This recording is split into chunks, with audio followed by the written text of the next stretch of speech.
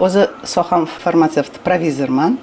Farmini tamom qilganman. Aptekani shu mahalladagi o'rtog'ingiz bilan ochgansiz. Da, mahalladagi Ayol o'rtoqlarmi? mendan Ayol katta kishimi? institutda o'qiganmiz. Ularning aptekalari bo'lardi.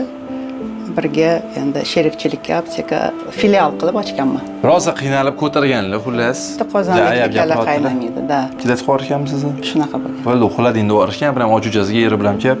U paytda больницаlarning ichida aptekalar hali yo'q edi. Birinchi, почти biz birinchi qatorda ochganmiz. Ish yaxshi yurib ketgan. Boshida o'zim ham sotuvchi bo'lganman, ham уборщица bo'lganman, sanitarka, ham o'zim mol olib kelardim, avtobuslarda ko'tarib, setkalarda og'ir.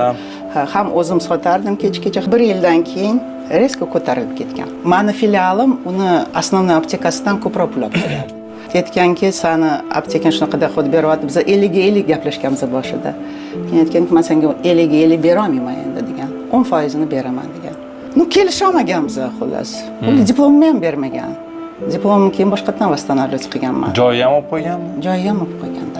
Xato nimada bo'lgan? Firma nima uni nomida bo'lgan? Firma uni nomida bo'lgan. To есть u joy unga qolib ketgan, biroz kashf qilgan joyingiz. U filial uniki hisoblanardi-da.